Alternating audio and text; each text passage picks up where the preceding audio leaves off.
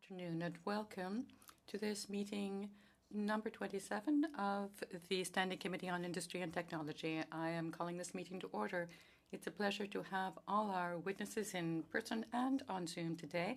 Pursuant to Standing Order 1082 and the motion adopted by the committee on Friday, April 8, 2022, the committee is meeting to study small and medium-sized enterprises.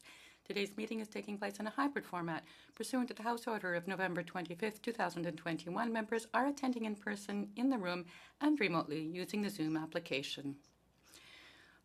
For those here, you're aware of the ongoing requirements to wear a mask. It will be a pleasure to introduce our afternoon's witnesses. We have, as an individual, Ms. Diane Gabrielle Tremblay, who is a professor, School of Business Administration at Université de Luc. We have Canadian Institute of Plumbing and Heating, represented by Ralph Supa, President and General Manager. From the Mechanical Contractors Association of Canada, Tanya Johnston, who is here with us in Ottawa. Welcome. We have from the National Marine Manufacturers Association Canada, Sarah Engel, who is its president. Plant-Based Foods of Canada is represented by Leslie Ewing, Executive Director. We also have Table Métal Abitibi West, Mr. Patrick Perrault, who has been able to join us. I think we had technical issues last time. We're very glad to welcome you here today, Mr. Perrault. And from the Union des Producteurs Agricoles, Mr. Martin Caron, General President, as well as David Dukas, Coordinator, Business Economics. Thank you, all of you, for having joined us to shed light on our study matter here, our study subject. Without further ado, but before we begin, I would simply like to advise members and witnesses that we will have to bring this to a close about 10 minutes before the end of the session in order to be able to debate a notice of motion presented by Ms. Gray regarding the study. Without further ado, I will cede the floor to Ms. Diane Gabrielle Tremblay. You have 5 minutes, madam. Hello, I would like to start by thanking you for inviting me to join you. Usually when I'm invited to Ottawa, I speak before a majority of Anglophones, but now I'm hearing a number of French names. I have nevertheless decided to address you in English in order to be able to speak more directly to those in the room. So there we are.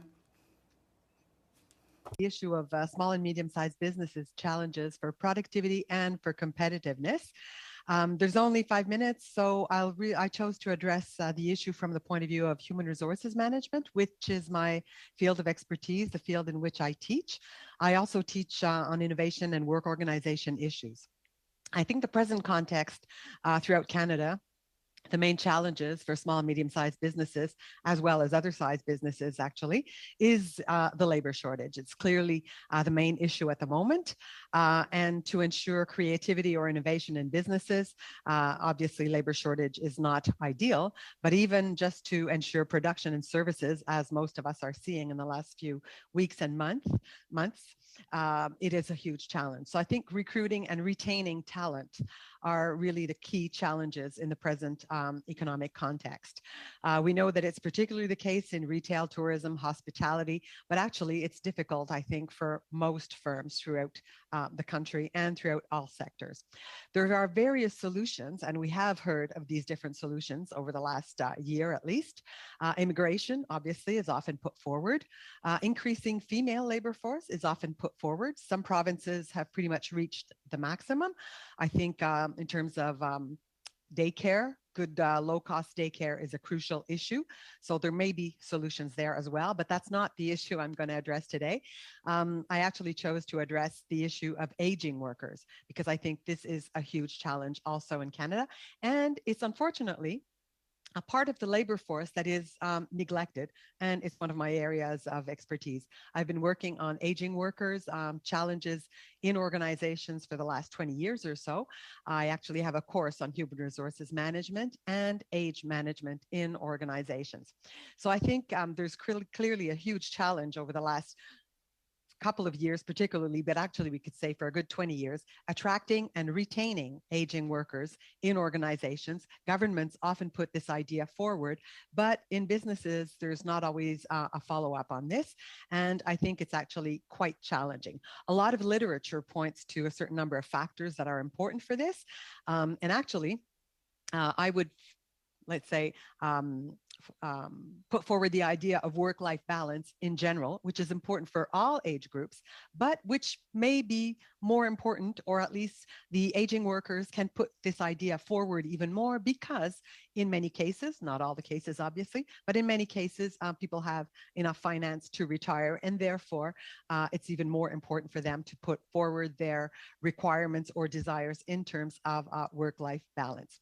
The wage issue is obviously not negligible, and the fiscal aspect neither, but I think those are pretty well covered by work of different people. And I think, unfortunately, other factors that are more related to the labor market and work organization tend to be neglected, whereas I think a lot of these factors are crucial, and the research we've done shows that they are crucial to attract and retain workers. The first thing I want to say is, first of all, it is easier to retain aging workers than to get them back into the labor force, obviously.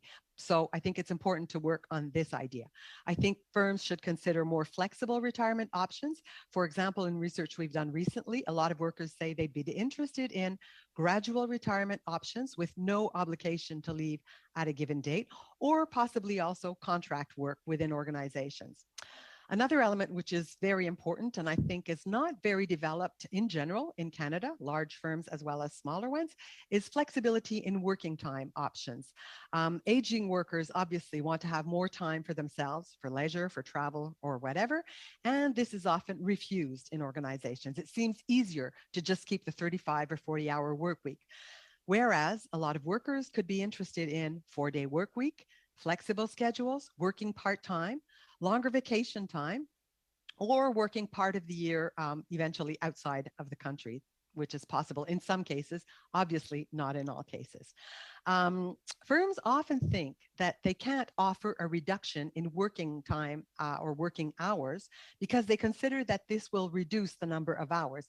In fact, if we look at it differently, we might consider the fact that reducing working hours or offering 4-day work weeks, for example, will bring a certain number of workers to stay in the labor market or to come back into the labor market, and therefore the total number of hours would be increased. Another option, which of course we've all seen over the last 2 years, is telework. I've done a lot of work on that, and I've done interviews with aging workers, some of whom said actually they might leave their job if the telework option didn't continue. So it's another crucial element in terms of keeping people in the labor market. There are some people, some aging workers, who actually said to us that they, of course, they appreciate working in a physical environment and having exchanges with colleagues. Obviously, this is important for a certain number, but the data show that as people age, they tend to have a rather strong preference for a certain number of days of telework, not necessarily full week, but a good number, 3 or 4 days, for example. Finally, one element which I also find is very much neglected in organizations is the fact that aging workers express the desire to share knowledge or mentor other workers, younger workers or other workers coming into the organization. And I think in our organizations in general, small businesses as well as others, this tends to be neglected. And a lot of research has shown that this is something which can bring workers to stay in the labor market and even return to a job. Of course, we all know that there is ageism or discrimination in the labor market, and there's work that has to be done clearly on this. But I think aging workers are often more productive and knowledgeable in the service sector, obviously. And I think we still have this vision of the industrial economy where, of course, it can be more difficult physically to do a certain number of things. In the service economy, in the knowledge economy, obviously, aging workers tend to be as productive, at least, as others. So I think this is not a dimension that shouldn't be neglected. However, Madame Tremblay, je m'excuse, je vais devoir... Ms. Tremblay, I'm terribly sorry. I have to interrupt to ask you to complete your presentation. Skip 1 or 2 paragraphs, not so much. So to conclude, as a labor economist, but also a researcher on creativity and innovation in organizations, I would call actually for public policy, which would support participation of all age groups in the labor market with a particular attention on what needs to be done to attract and retain aging workers, and that is flexibility options.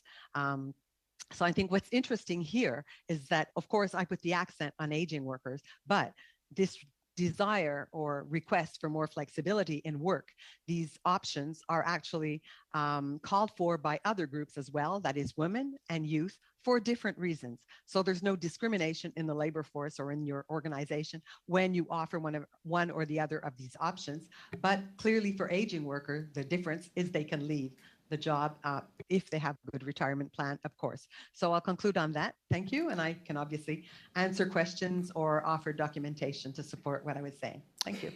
Thank you very much, Professor Tremblay. I'll now turn to Mr. Supa for 5 minutes.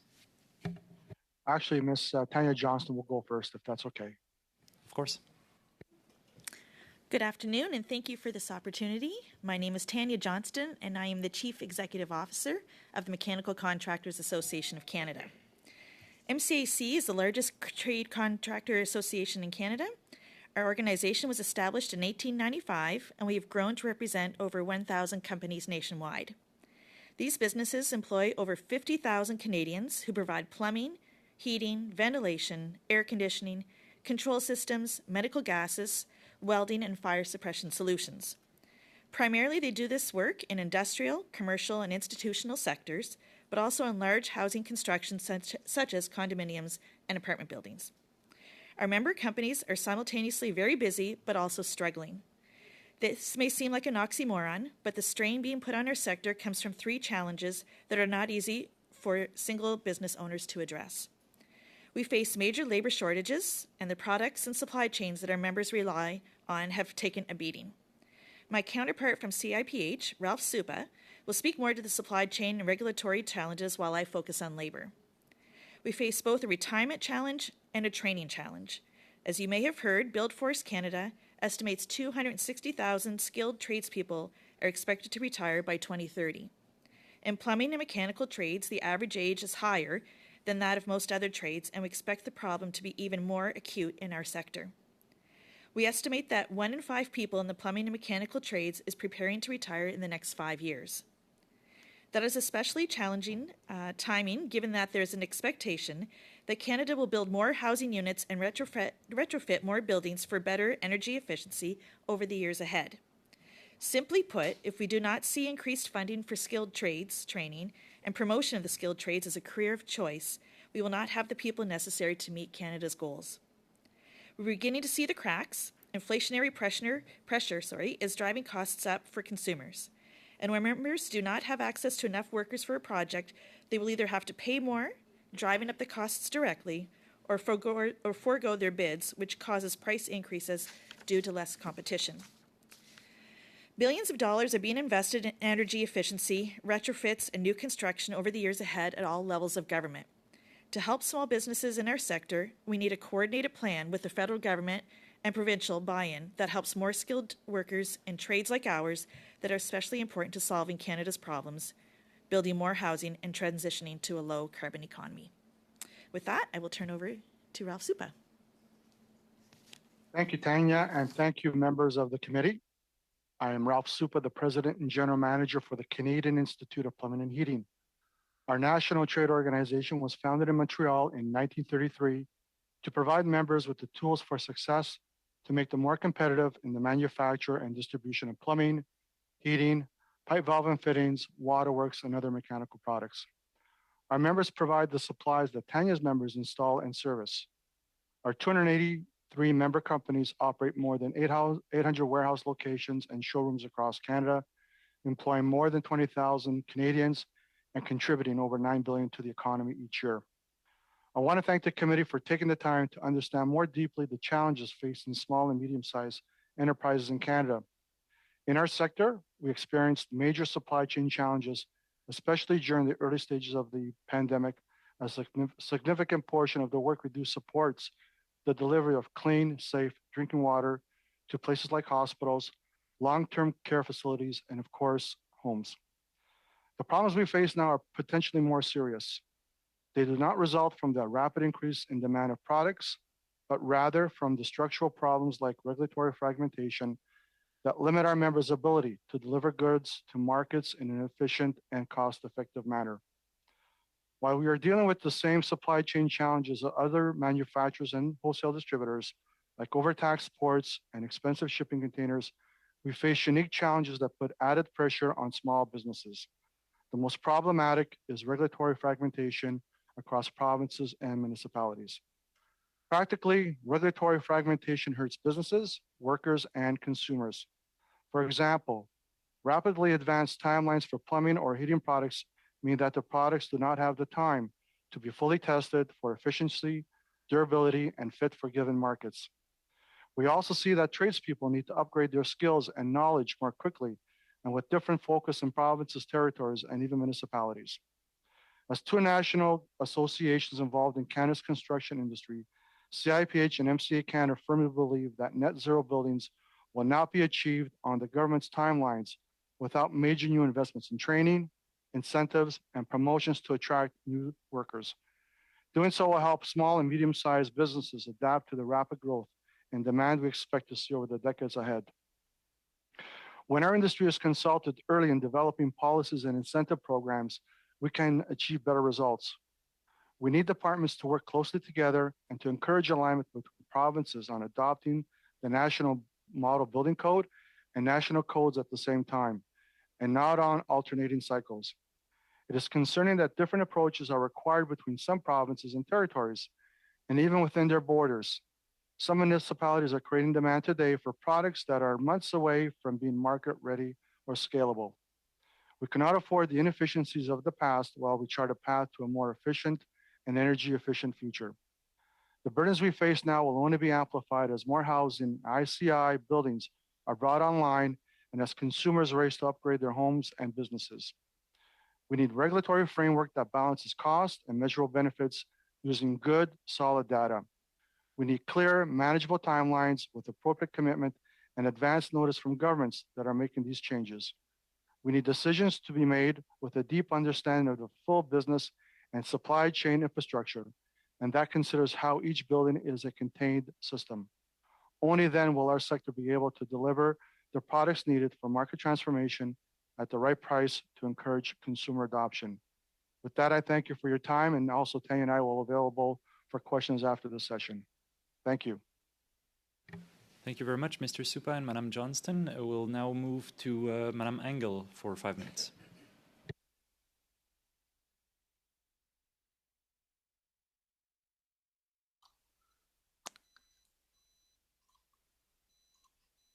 Oui, la parole Good est à vous. afternoon. Thank you. Good afternoon, Mr. Chair, members of the committee, and ladies and gentlemen. My name is Sarah Angel. I'm the president of the National Marine Manufacturers Association of Canada. I'm appearing today to speak against the luxury tax on boats included in Bill C-19. I realize the bill received third reading yesterday, but I think it's very important the committee hear our concerns. Our industry is made up of mostly small businesses and in many cases family-run businesses. These include recreational marine manufacturers, dealers, marinas, and service providers. The industry has a GDP impact of $5.6 billion, $10 billion in revenue, and employs 75,000 people across Canada. Our industry has faced many headwinds since the start of the pandemic. Supply chain disruptions, production delays, and inflation have affected our members. Tourism and recreational businesses were closed for months due to pandemic restrictions and border closures. On top of that, we are now facing an impending luxury tax on boats. Our industry understands the government's need to raise the revenue in the wake of the pandemic, but the luxury tax is not the way to achieve this. The history of luxury taxes shows that consumers will simply choose to take their discretionary spending elsewhere. That is what dealers and manufacturers are hearing from customers. The result will inevitably be a dip in revenue and hundreds of even thousands of job losses across the country.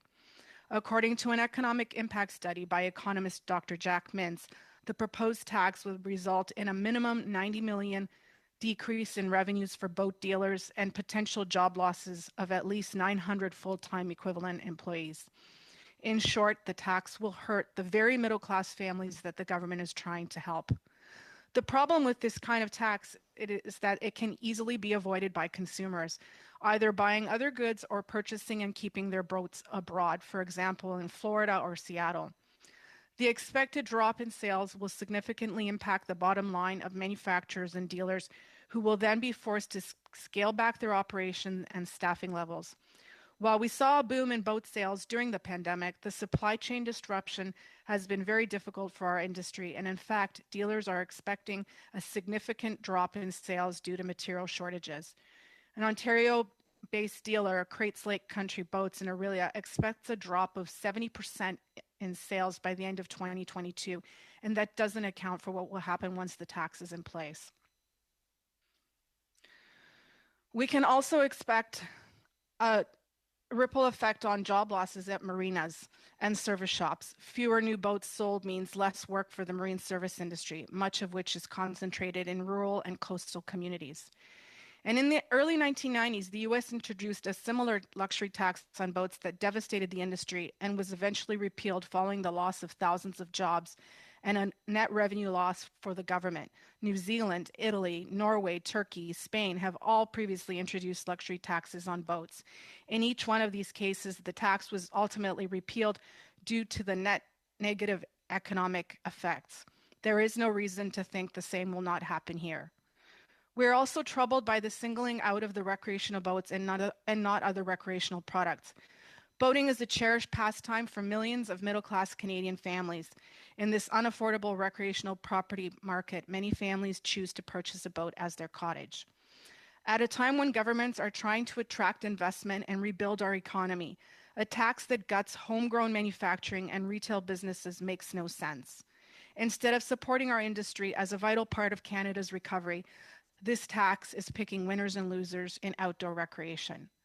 The luxury tax also has the potential to damage Canada's trade relations. Concerns have been raised by the boating industry in the United States that this tax directly attacks our Canada-US-Mexico agreement. Similarly, our trading partners in the UK and European Union could be hurt by what many see as an indirect tariff on boats. In conclusion, I want to draw attention to the latest report released by the PBO stating that there will be 2.9 billion lost sales from boats, aircraft, and cars. However, 2.1 billion of that, which is 75% of the loss, is expected to come from boats. This is a complete assault on the boating industry. I saw that there was an amendment passed removing the September 1, 2022 implementation date for the aerospace industry.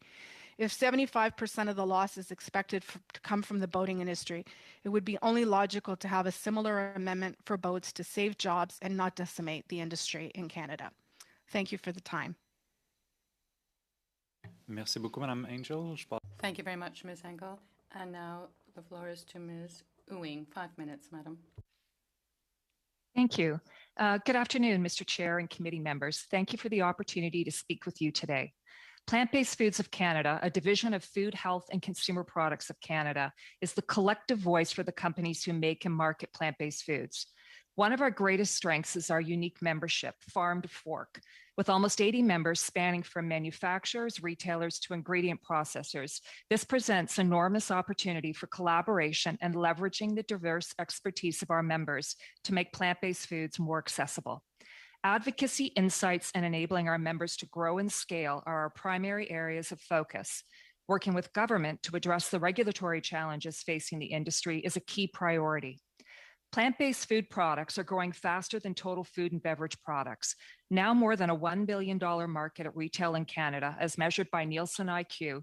It is forecasted to continue to grow.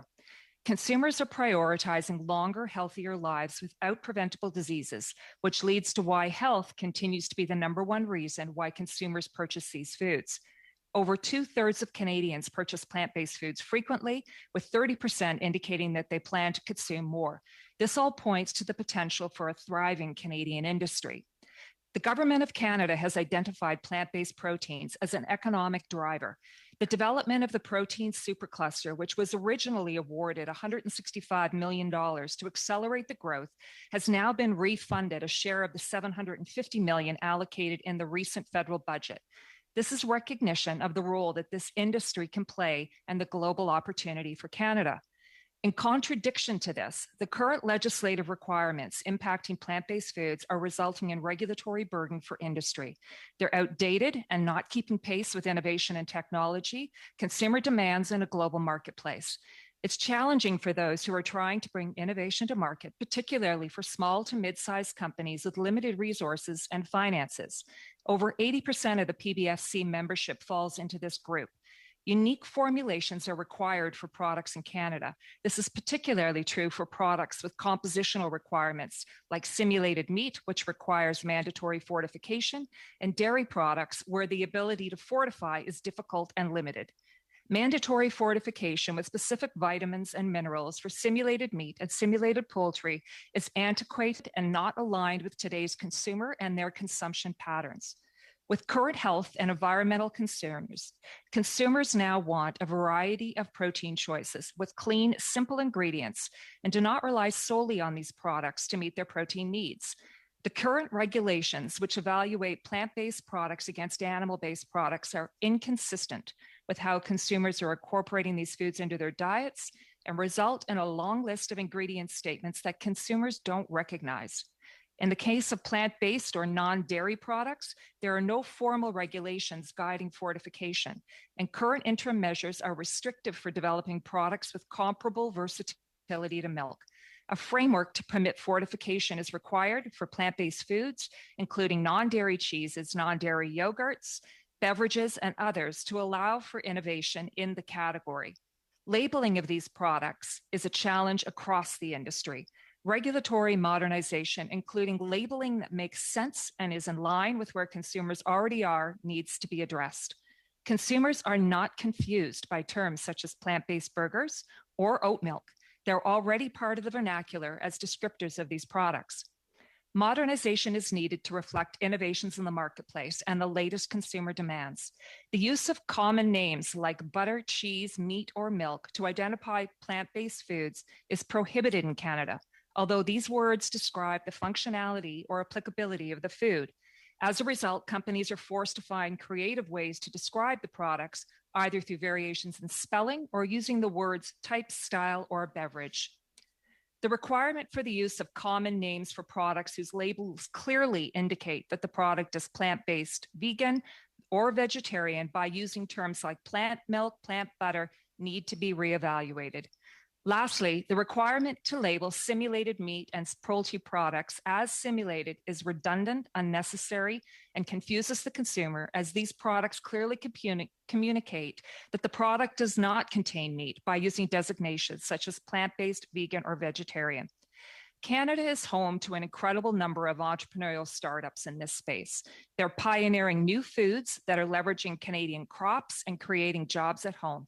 The bottom line is it's easier to develop products for outside of Canada than within, and that results in a burden for SMEs and the industry. The inconsistency in the government agenda is evidenced by the fact that regulatory modernization for these products is not even on the forward regulatory agenda to 2024. This is despite the recognition of the importance of this segment of the food industry to Canada. Regulatory modernization is necessary to support and respond to the increased market demand for plant-based foods, and the current regulatory framework is both restrictive and impeding innovation. Thank you. I'd be happy to provide any research or written materials as a follow-up to this. Thank you for the time. Merci beaucoup pour votre témoignage. Thank you very much for your testimony. And now I recognize Mr. Perrault. You have 5 minutes, sir.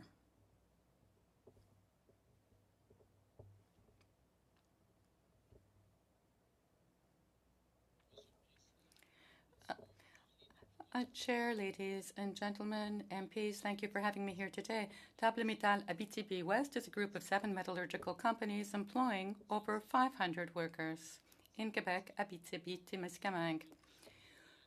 We wish to share our situation with you and offer some solutions for growth in the current labor shortage context.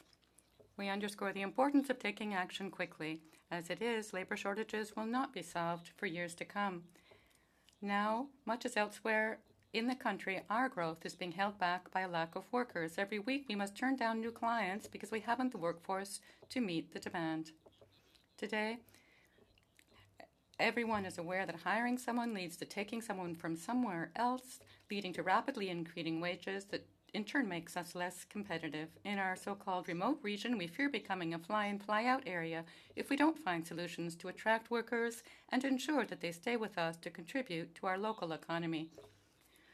We're already trying to integrate young people and the unemployed, training them directly in our enterprises. We've set up training programs together with relevant vocational training centres and provincial ministries. Often education levels are a problem, with low levels of literacy and numeracy. Automation, robotization are already integral elements of our growth strategies. However, with technology comes the need for a new highly skilled workforce to support these changes. Also, not all tasks can be automated, as we are not in manufacturing where we could make several copies of the same part. We remain in custom-made production. For the most part, SMEs do not have the resources to support all this change management, both technological and human. For today, we'd like to focus on a few solutions that we think could be applied quickly to attract workers. Here are some pools of labor force candidates for which specific changes could attract, integrate, or facilitate their arrival among us. The first group, temporary foreign workers, or immigration if you wish. The TFW process is very cumbersome and costly in both time and money for SMEs. Take the length of the process, several months, and the posting time for some positions. There being no federal immigration officers based in Quebec who would know the specifics of the relationship between our two levels of government regarding immigration. Rising salaries, now at $25 an hour in Quebec, has a negative effect on the financial performance of enterprises without an average salary of this magnitude. Ease of access to information about the progress of cases, having a computer or other means of looking up cases, seeing their progress without having to speak to an agent. It's difficult to contact agents. Companies must be available to at all times accept return calls. This does not suit our reality. Regional offices to meet immigration needs. TFWs need to go to major centers for passport, visa, and medical services, biometric and other tests. Also having the regions respected for their particularities that really are very different from those of major centers. Having more countries with agreements that speed up the immigration process for skilled trades that are in demand here, such as France. Facilitate the family visa process to bring family members here more quickly. The second group of workers, experienced or aging workers, more tax incentives to encourage them to return to the labor market or remain on it. Popularize and improve mentoring programs to transmit knowledge to new generations. In all these cases, it's about having the people, integration, and innovative practices needed to face an unprecedented labor shortage. PMEs also need better human resource management support. Many cannot afford the costs of immigration procedures or in-house resources. One solution might be to subsidize or provide tax credits on the salary of one or more resources, depending on the needs of companies or pools of companies. We all need to find innovative short-term solutions to allow Canada to continue to grow, not devitalizing the resource regions that make up the country. In summary, the points that would help us quickly would be removing LMIs for trades that are short on labor, easy access to information and immigration files, regional offices offering a full range of services for immigration, support to cover recruitment costs and internal resources, accelerate the choice of immigration officers in Quebec, reduce deductions at the source for experienced workers. Thank you for your attention. It will be a pleasure to answer your questions. Thank you very much, Mr. Perrault. And last, we will hear from Mr. Caron and Mr. Tougas. Merci beaucoup, Monsieur le Président. Thank you very much, Mr. Chair. My name is Martin Caron. I'm the General President of the Union des Producteurs Agricoles. I'm a dairy and field crop producer in Louisville in the Morrissey region. 5 minutes to address such a vast topic is little. I'll focus on the effects of inflation inflation on agricultural businesses. We're experiencing a historic period of inflationary pressure brought on by a number of events and circumstances. Taken together, they've created the perfect storm, now sharply driving up commodity prices. Not since 1991 has there been a higher annual CPI growth rate than today. Since the beginning of 2022, prices have continued to rise, a trend that has accelerated to reach 6.8% in April. Some components of the Consumer Price Index, the CPI, have risen faster than others. Take energy, for example. Three principal production inputs of the agricultural sector, feed, fertilizer, and fuel, have seen price increases far higher than the global CPI. For horticultural businesses, prices of containers has also risen significantly.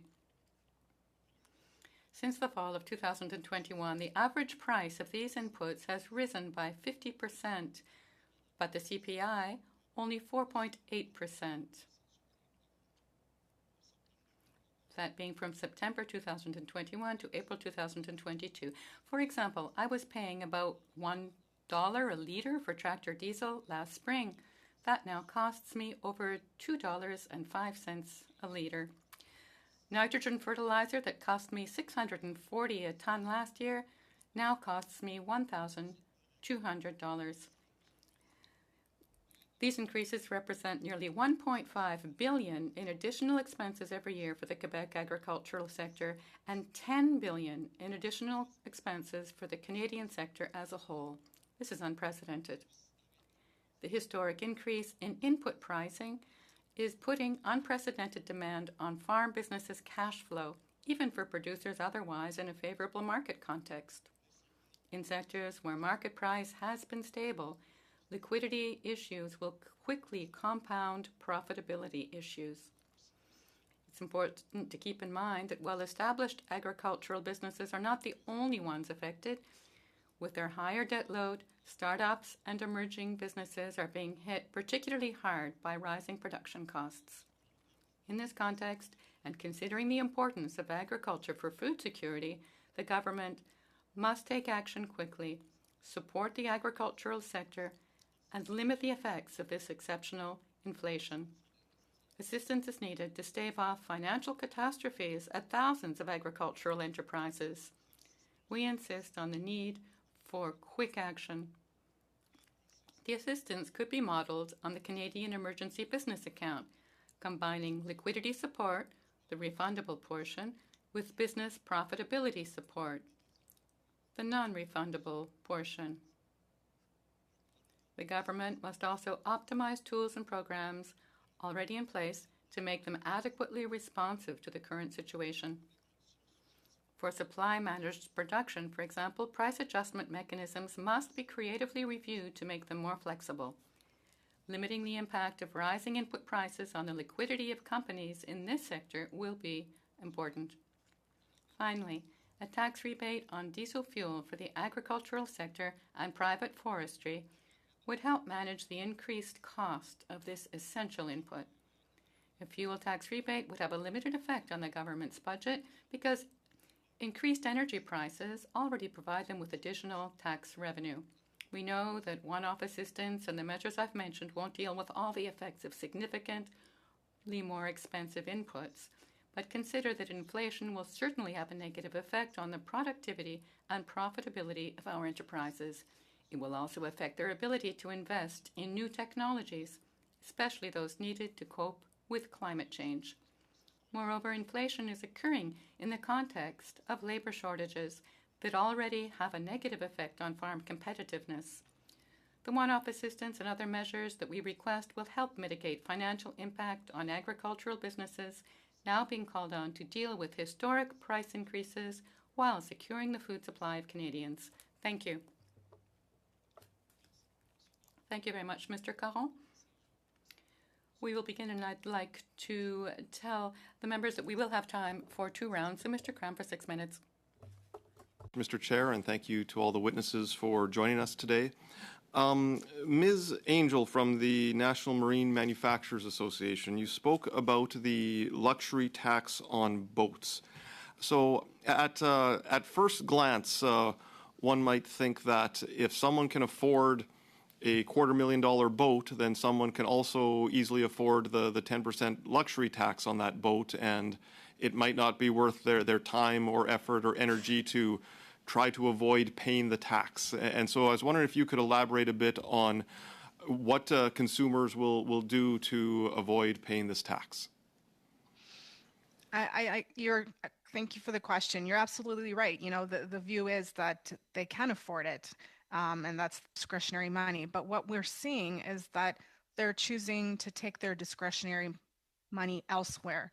So just simply not interested in paying any more than they already have to pay, and that's their choice. So we're seeing, you know, one dealer in British Columbia outlined to me yesterday that last year he had 8 orders between $250,000 and $500,000 boats. This year he has 0. So the impact is happening. And the point is that the other piece is, so a $500,000 boat, sure, the person can afford it. They're going to pick this boat up stateside and keep it in the US. So we're going to lose the tourism impact that the industry has, and the ripple effect and the multi-economic impact that a boat has to our economy, because they just will simply purchase it in the US. Maybe they might come up to Canada, but maybe they won't, and that's how they'll avoid the tax. Thank you. So would you say that boat manufacturers and boat dealers in the US are your main competitors? Yes. And so if I go down to the States to buy a boat, and well, let me put it this way, if I go down to the States to buy a new car and I drive it across the border back to Canada, I have to pay any taxes on that new car that I purchased because I have to get a license plate for whatever province I'm living in and driving the car in. Could you elaborate? Is it not the same situation for boats? If someone purchases a boat in the US and chooses to import it into Canada, if it's newer than 2018, it will be subject to the luxury tax at the point of entry into Canada if they choose to register it. But that's not necessarily the case that would be with boats, because what they can do is they can float the boat across, they can come through the Great Lakes, they can choose to enter Canada, stay up to 1 year, and then leave again, which a lot of boaters do, and then go back stateside and never pay the tax on the boat. Okay, so let me see if I have my head wrapped around it. If you have someone who is living in Thunder Bay, Ontario, and is considering buying a new boat in Thunder Bay or considering buying the same boat in Duluth, Minnesota, all it takes is a quick drive down, or maybe not a quick drive, but a drive down to Duluth to save $25,000 in luxury tax. Is that accurate? That's correct. And then this person could still sail around the Great Lakes all summer long, but with an American purchased boat instead of a Canadian purchased boat. Is that correct? That's correct. Okay, thank you for explaining it so well and succinctly. You also mentioned that in the 1990s, the U.S. government introduced a similar luxury tax on boats, and if I understood you correctly, the U.S. government's tax revenue actually went down as a result. Is that correct? Yeah, I think the projection was they were expecting to collect something like $24 million yearly from the luxury tax, and it ended up being a negative $8 million, because by the time all the job losses occurred, one boat manufacturer went from 1,400 employees down to 80.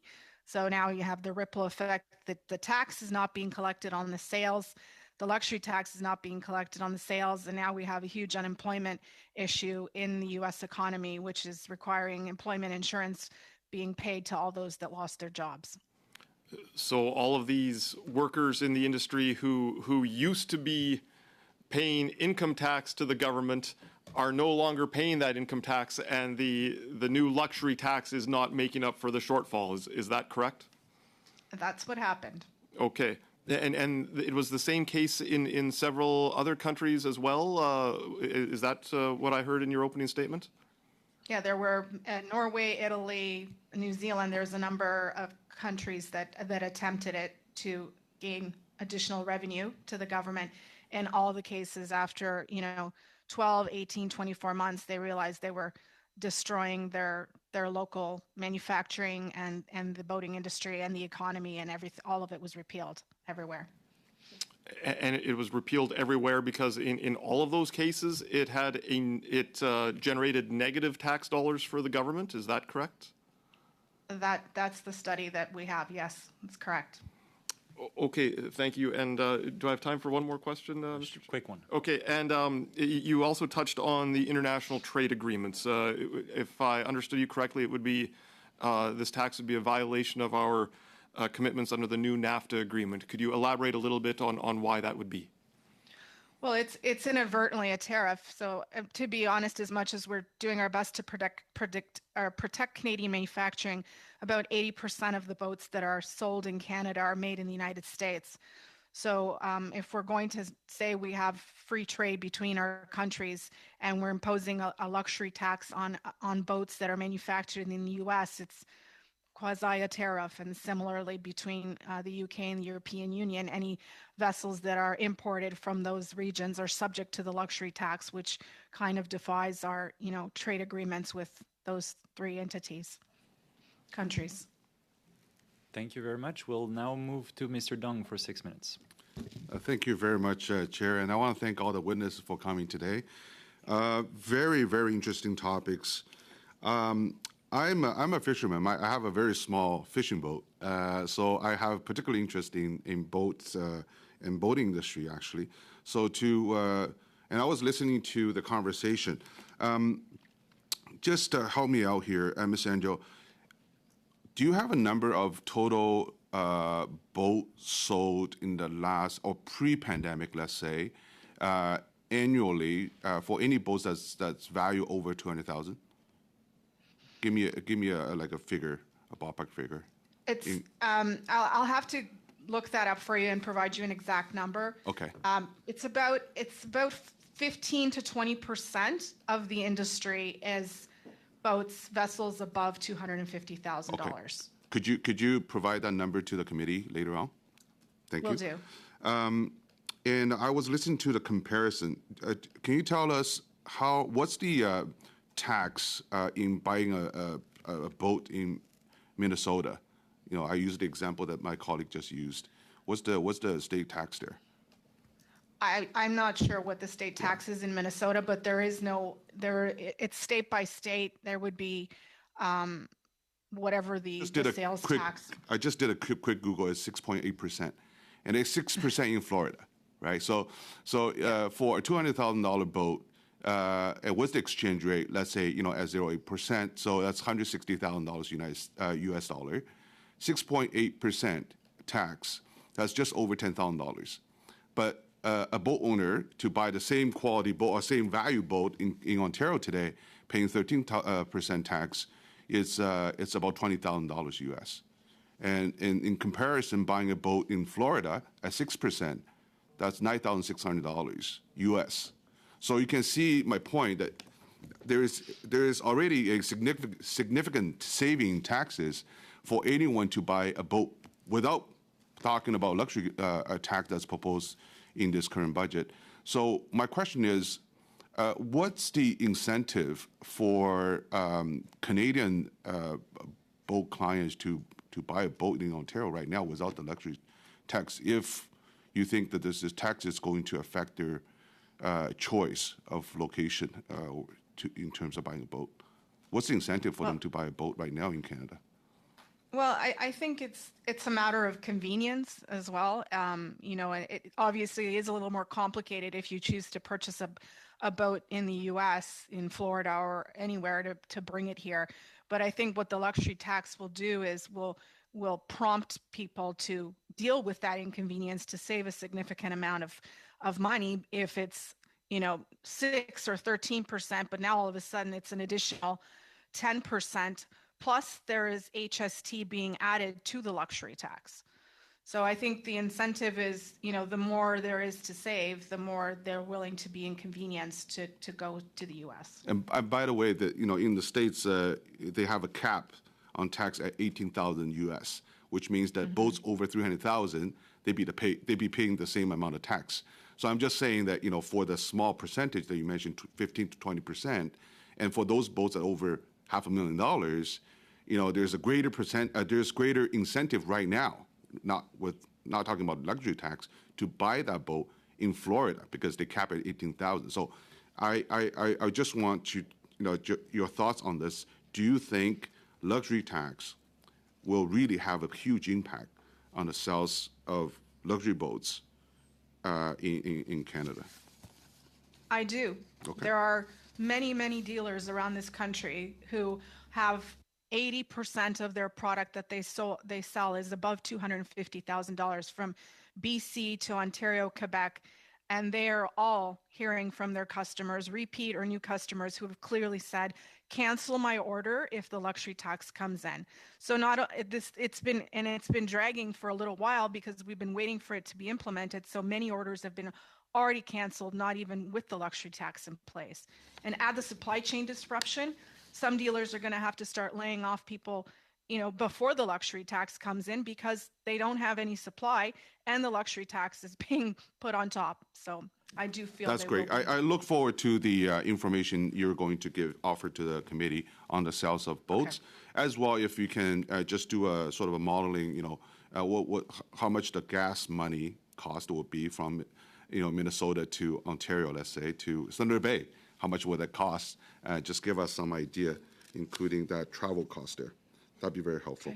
Okay, so my next line of question is for Dr. Tremblay. Again, we're doing this study to look at competitiveness. So with competing jurisdictions in response to the labor shortage, what are they doing in terms of addressing the labor shortage and for talent retention? What do you hear some of the good practices from those jurisdictions? From international, Yeah, from other compared countries? to, comparable. Yeah. Well, there's interesting data. If we look at Europe, a certain number of European countries had very low participation rates. I can mention particularly Finland, Belgium, France. Of course, as in Canada, at some time there was high unemployment, and governments put in place some policies to kind of push people out of the labor market. And of course, when you develop those policies, then people get used to it, and people just consider that it's kind of normal, and that retirement is a great gift that you have to take. What is interesting is that a lot of these countries have gone back, obviously, on these policies because they don't have the same issues. And the case of Finland is particularly interesting because they did a lot of I guess you could say publicity or promotion or information against discrimination, highlighting. Actually, in Quebec at the moment, I'm working with a group that has kind of the same type of not policy, but it's a program or publicity, if you want, which is called in French, la compétence n'a pas d'âge. That is, you're competent at all ages and possibly even more as you grow older in some cases. So the idea in Finland, it was really very interesting because their participation rate had really gone down and it came up again. France has a certain number of programs for seniors. However, I don't consider that they're doing very, very well. I think there's a lot of discrimination and ageism in the French society. It's very difficult, unfortunately, for young people to get into the labor market in France. And however, when you're, pushed out of it, it's very difficult to get back. So I think what is really important is to develop policies the labor market. Somebody was mentioning previously, I think it's Mr. Perrault was mentioning the fiscal dimension, and clearly in the surveys that we have done, and eventually I can also give you access to these different surveys, particularly two very recent surveys that we've just done in January and another one which is going to be coming out now with employers and employees. So retirees are not so interested. Half of them might be interested in coming back into the labor market, but they will be interested precisely under the conditions that I mentioned. That is, flexibility in working hours, reduced working hours, eventually 4-day work week, working on maybe not working all year long. So for them coming back, especially if I get the noise back. That's great, Dr. Tremblay. Could you submit those surveys that you mentioned, also the project that you're currently working on in Quebec, to the committee later on? Thank yeah, you. definitely. Thank you. Thank you very much. Merci beaucoup. Je passerai maintenant la parole à M. Thank you very much. I recognize Mr. Lemire for 6 minutes. Thank you very much, Mr. Chair.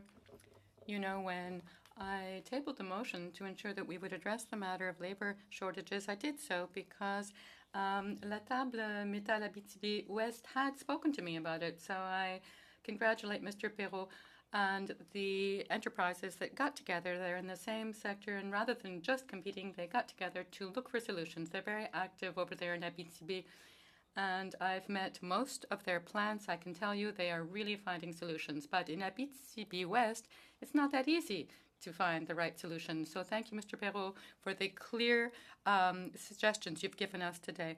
So what would help you succeed, and what could we do from the federal point of view here, short term? The 4 major points, short term, of course, temporary foreign workers and foreign workers in general are a very good solution. We can find their skill levels and abilities that we don't have enough of already in Canada. So to reduce the processing time for all of that, one short-term solutions would be to get rid of the labor market impact assessments,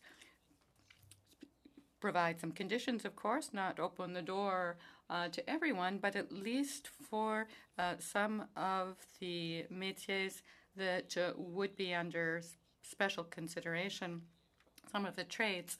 Moreover, the cost of all of this is something I highlighted, so we could find certain ways, credits or something, ways to cover the fees for federal documents, things like that. That would help small and medium-sized enterprises greatly. Third point, available resources. What's available to process cases? We realize that in Quebec that there are not many Immigration Canada agents available. This causes very long delays. Very often, Immigration Canada, IRCC works well, is able to get files through to provinces, but given the fact that we're working through 2 levels of government, the other provinces don't necessarily have the same rules to deal with as we do in Quebec. Immigration officers, Canadian ones I mean, aren't aware of the Canadian situation and what the rules are in Quebec. That leads to a lot of delays. Also, a digital solution to be able to access processing online. Right now, the only way we can get any follow-up is to call Immigration Canada. We can't really talk to anyone. Not at all, actually. You have to leave a message, then wait for someone to call us back within usually 24 hours, but you never know when they'll be calling. So you need to put someone on that phone line 24 hours a day pretty much to be ready to take the call. If you miss the call, you've got to start all over at 0. So those would be the 4 obvious choices that could be made right away. So that's hands-on experience. You're out there working in the field. We see that it costs a lot. It takes too long. Everything the feds are asking for aren't necessarily well understood, perhaps not even by the feds themselves, and certainly not by the enterprises. And there are results of that. You've mentioned the fly-in, fly-out. This has a real effect on businesses and on the regions. So I'd like to hear you more about that. If the workers leave the territory, the danger that we see on the horizon in Abitibi West or elsewhere in Canada, actually, is having the local economy sort of moving away physically to other areas of Canada or Quebec. If people don't live here, they don't spend much money in the region, this eventually will, of course, affect the local economy, but also lead to our having less and less government-funded services, hospitals, schools, and so on, and will lead to the closure of local businesses. Moreover, having more competition in the regions with higher salaries required leads to poor competitiveness and, again, closure of businesses. It's all about keeping our regions competitive. Thank you so much, Mr. Perrault. Mr. Caron, first, thanks for being with us. Union des producteurs agricoles is so important, especially in Témiscamingue. You know, I worked for the Union before I jumped into politics. Right now, it's such an important institution in your area. Could you tell us a bit about the labor shortage in the agricultural sector and the frustration that that leads to? Yes, thank you for the question. The labor shortage. Perhaps we should just try to tell you what it looks like. In the agricultural sector, well, 1/3 of jobs are filled by temporary foreign workers. Same ratio for Quebec and for Canada. So it's of the highest importance to render the TFW program as flexible as possible and as responsive to real needs as possible.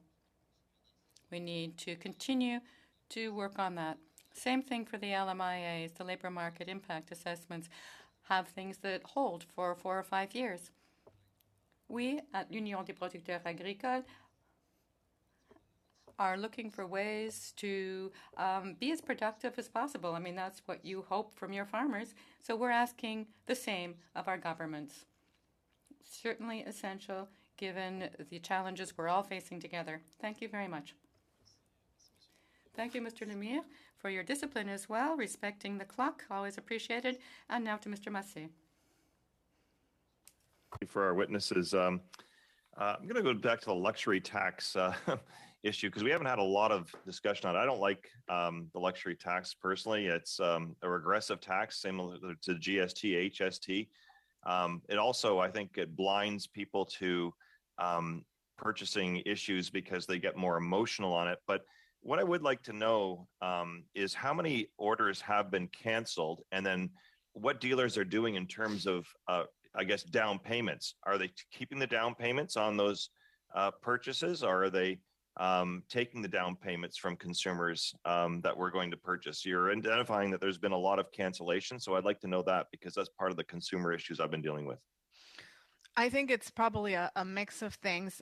Because there was such a long pause between the tax being first brought up in budget 2021 and we weren't really sure when implementation was going to happen. I think that a lot of people got cold feet, and there are not necessarily deposits. They just decided not to purchase.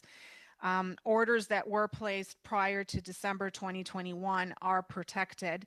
So there's a little bit of space there. But basically what's happening is just the consumers are not coming, and supply chain disruption. There's less inventory at the dealer's showroom. There hasn't been a boat show in 2 years because of the pandemic and now supply chain issues. So I would say it's probably, I'd have to go back and ask a lot of individual dealers how things are happening. But what we're seeing is that some of them have already started laying off people because there are no orders being placed.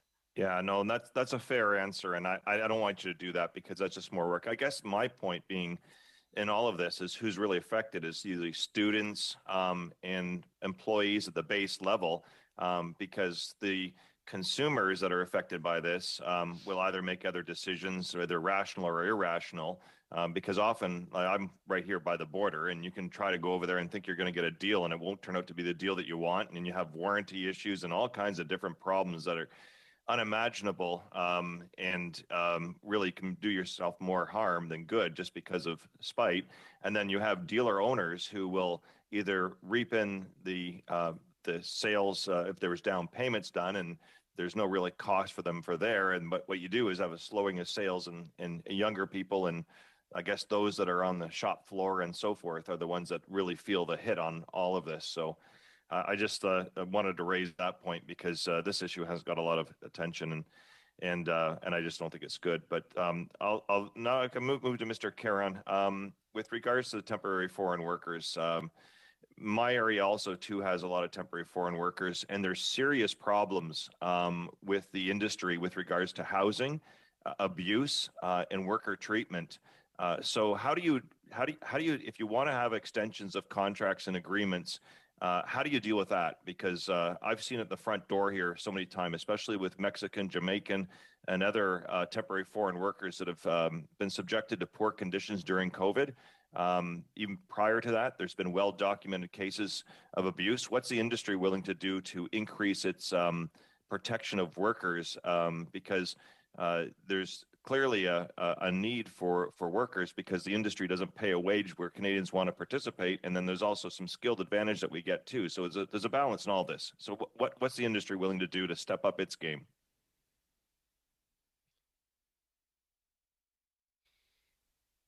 Merci, merci. Thank you. Thank you for the question. At the outset, I'll say, of course, that it's unacceptable. Such cases are unacceptable. We as an organization and, of course, speak up when we see such situations. But overall, I think what's needed is training. Training for agricultural producers and more of a presence to help them adjust. There's a network out in the regions, assistance networks for immigrant workers who are here in the country. And we work with those groups to support their interventions because there is a need for them, as you say. When it comes to structures, some changes have been brought to bear, which allows for agreements between the provincial and federal levels of government regarding the new requirements. I think that people see clearly that changes are needed, that we need to adapt. We've got an essential need here for these temporary foreign workers. Also, immigration, permanent immigration in many cases. These people are more than just employees. They have high levels of expertise. They contribute greatly to the success of enterprises, and they become kind of part of the family. Again, would there be, I always thought there should be more support to allowing those individuals who want to stay and then become permanent citizens to Canada because they have now new relationships, familiar with the community, building families. Is that something that is supported by your organization?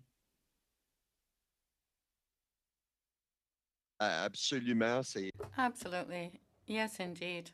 Something that we're actually insisting on. We're pushing to get that. We have people who want to stay with their families and sort of join the family. I think we're really open to that.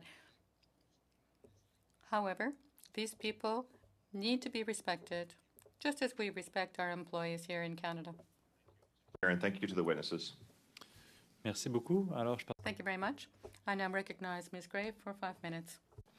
Great. Thank you, Mr. Chair, and thank you to all of the witnesses for being here today. My first question is for national marine manufacturers, and there's been a fair amount of discussion here today already around the various taxes that people pay between the countries of Canada and the U.S., and sort of highlighting how uncompetitive Canada is already, even before this luxury tax coming on. And so what I want to ask is specifically around BC, because we do have, for example, Point Roberts, which is a U.S. municipality just minutes from Vancouver.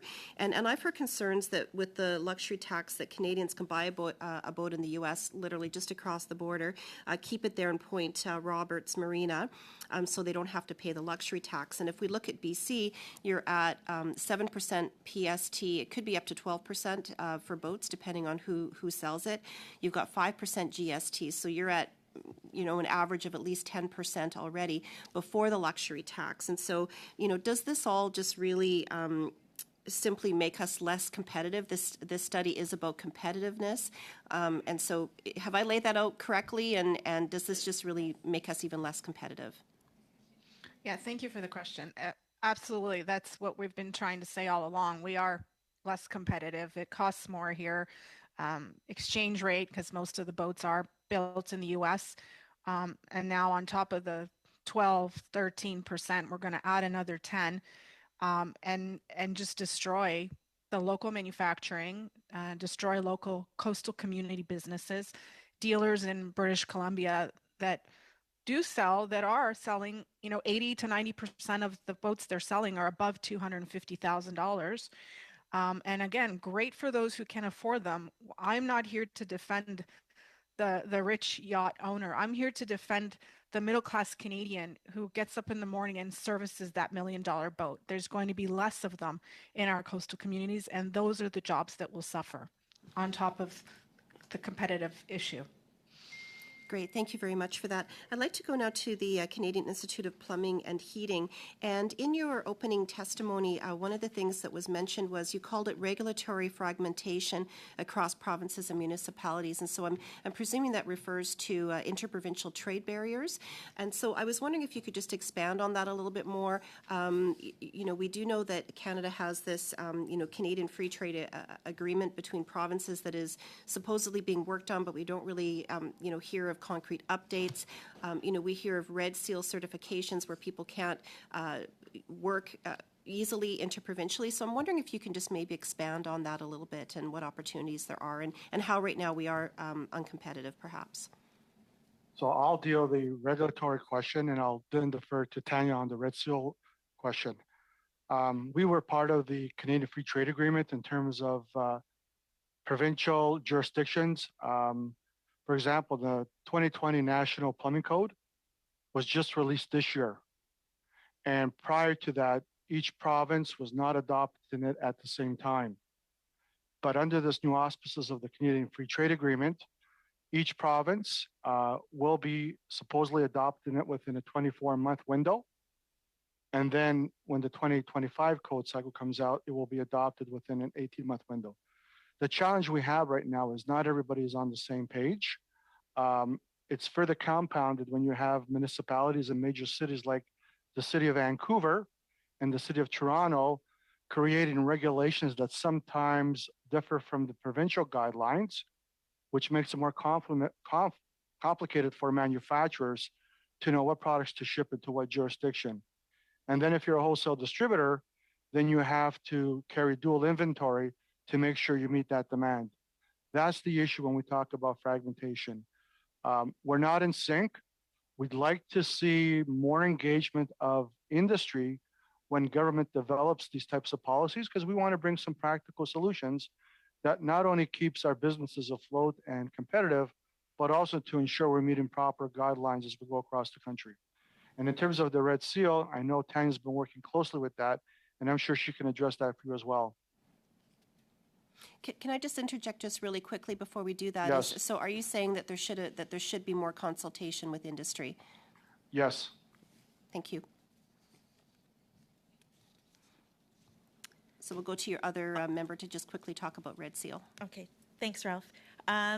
To be honest with you, I haven't worked quite a bit with the Red Seal program. I do know, similar to Ralph was telling you, they are working on breaking down the barriers so that the trades can move from province to province. But I don't have the specific details on that, but I can get that for you. Sorry about that.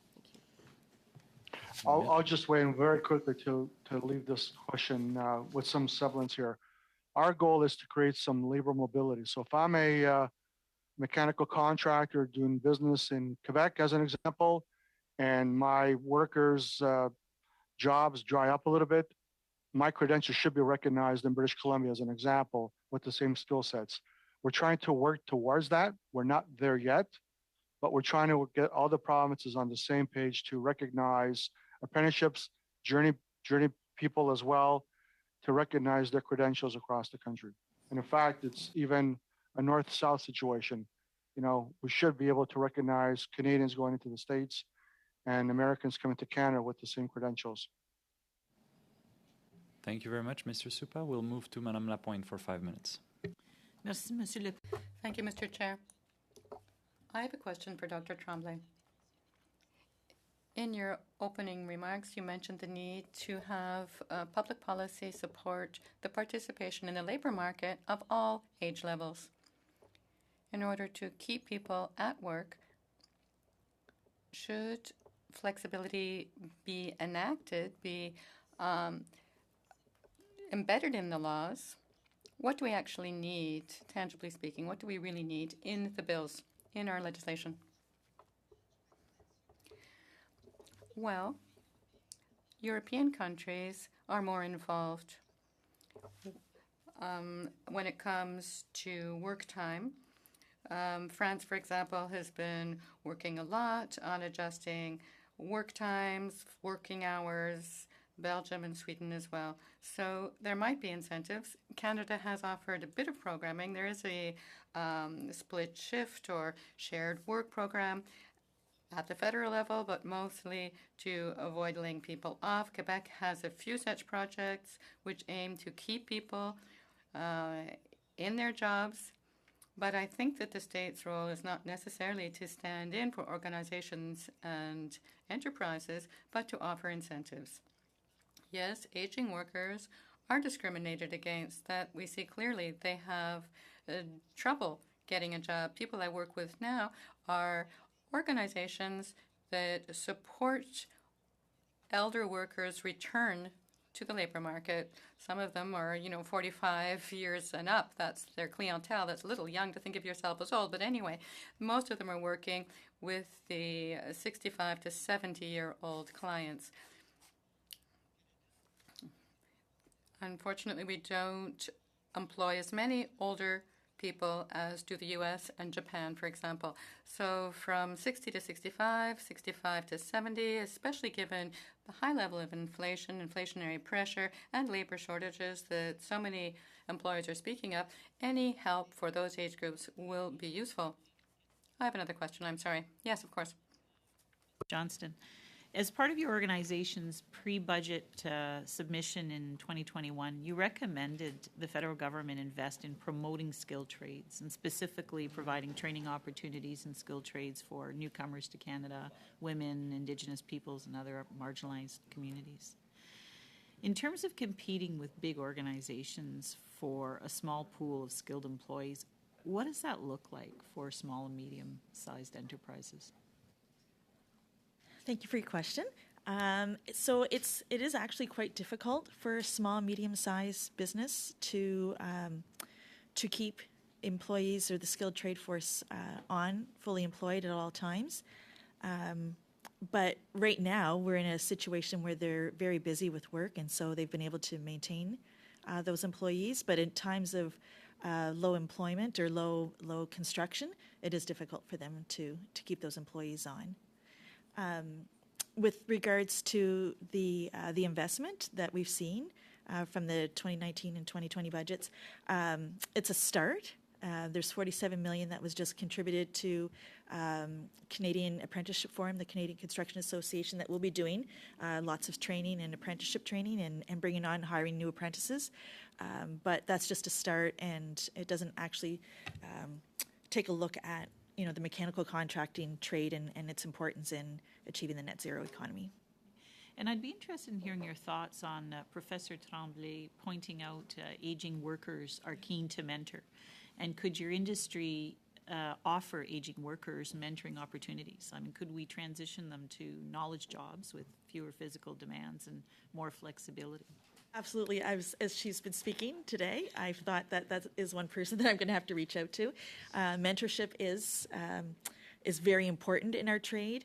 It's not only bringing on new apprentices to do the work. An apprentice, it takes 1 to 4 or 5 years to complete that apprenticeship, but we need to upskill those that are currently in the trade. And I think that's a great opportunity. So I do look forward to having conversations with Madame Tremblay.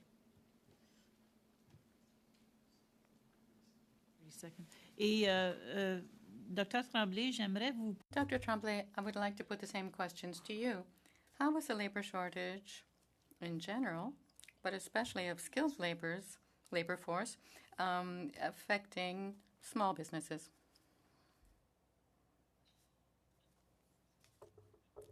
Well, we may have a chance to get back to that towards the end.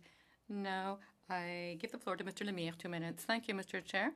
My first question, at least, is for Ms. Tremblay. So I will, however, hear a little more from Mr. Caron. I'd like to hear you on the workforce need of our small and medium-sized agricultural businesses and all the paperwork they have to deal with, rather than being out in the field doing what they know how to do best. Thank you for the question. Right now, it's really making people feel very insecure, a lot of uncertainty. when you undertake something and aren't sure you'll be able to see it through, be able to actually get the workers you're looking for. So something we'd like to do, what we'd like to ensure is set up, is a guarantee that as an agricultural producer, if you have a service contract for a certain number of workers, those workers will come and will also remain in the agricultural sector, working in agriculture. You know, when we follow up in the spring, we put the seeds in the spring and we expect crops. We think we need 20 people to put in the seeds, and then you need a certain amount to take in the crop. You really have to plan ahead. So there's a certain level of security, of safe planning that we need to ensure works for producers. As I said, that's one of the points. And of course, another point is respecting these workers, or very important to have responsible organization for taking them in. We have a seasonal sector, which, let's just look at maple syrup. You know, maple syrup products are an important production here in Canada.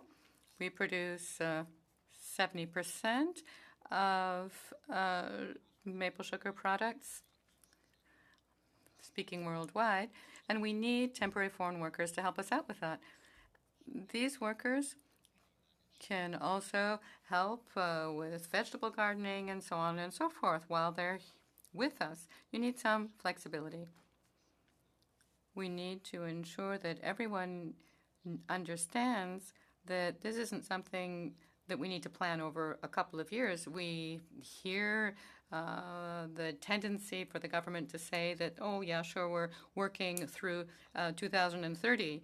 But no, it's going to be a long-term issue. We need to support our workers and ensure long-term productivity of the agricultural sector. And that means new technologies that might be able to supplant labor in some cases. All right, I hear a lot about flexibility from one business sector to another, such that workers could work in one area but then in another, and that if a security check has been carried out, that be prolonged rather than having to go through the red tape several times. May I continue?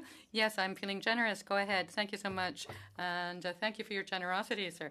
Ms. Tremblay, you have offered a number of solutions, including flexible mentorship for experienced workers. That's up to 1,000 aging experienced workers who could do a lot to solve the labor shortage. But no one wants to work for nothing. You have a good deal of experience. You understand what other countries are doing. So how can we work directly on the taxation or the revenues of experienced workers? Well, there are things already being done. For example, not taxing supplementary revenue as high, because that is a problem when people say, look, I make $1, but the dollar flies out of my hands into the public coffer. That is a problem. That has to be recognized. Other older workers will say, I don't want to be paid less than others. Some fear that they will be paid less because they're already retired. They already clearly have some money. They don't need as much money. But I think we need to listen to them, especially people who do have a retirement plan. When people leave at the age of 60, they're asked, why have you retired? They say, well, because I can. I've got a retirement plan. What would bring you back? Okay, flexible working times, a nice place to work. Some say continuing working, continue to work, continuing to learn, and also sharing my learning. Mentor. So these are the sorts of things that we can capitalize on quite easily in the labor market. But you also need some well-thought-out HR planning, workplace management, and organization. These people don't need special arrangements. Sometimes people think they do. No, that's not what they're asking for.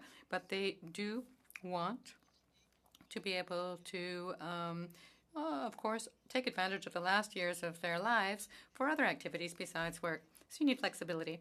Often, an organization finds it difficult to offer some things to some of their employees and other things to others. But look, if you've got young parents, they want flexible work times, working hours. Some people want to travel. So we're going to need to look towards more flexible working hours and approaches across the board. Thank you, Professor Tremblay.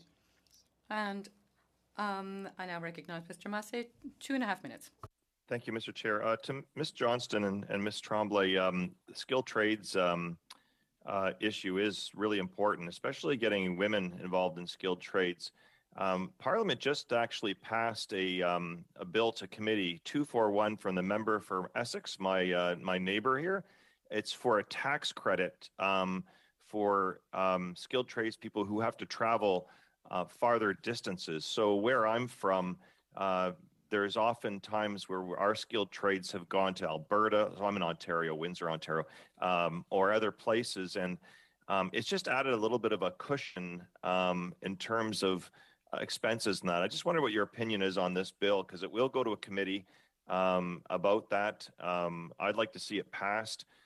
It's just another little bit of a bump for those that have to deal with travel costs, and especially young women involved, because there's extra costs that they have. Often they're still the primary care person for children in such a profession. So, Ms. Johnston and Ms. Tremblay, I'd like to hear your thoughts on that. I can go. You go ahead. Sorry. Yeah. Okay. Yeah, I think that's a huge challenge. Actually, I had a woman plumber at my house recently, and she, of course, mentioned all the difficult challenges that she went through in terms of discrimination and everything.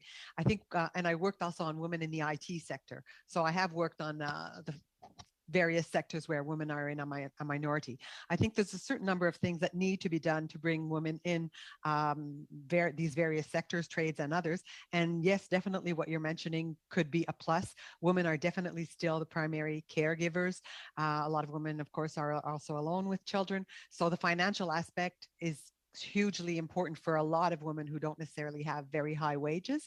But then again, all the issues of work-life balance is, as much as you can support this aspect, like daycare, for example, I think that is hugely important. And it's true that as long as we don't have sufficient high-quality daycare for all women throughout Canada, it's difficult for a certain number of women, especially the low-paid ones, to get into and to stay into the labor market.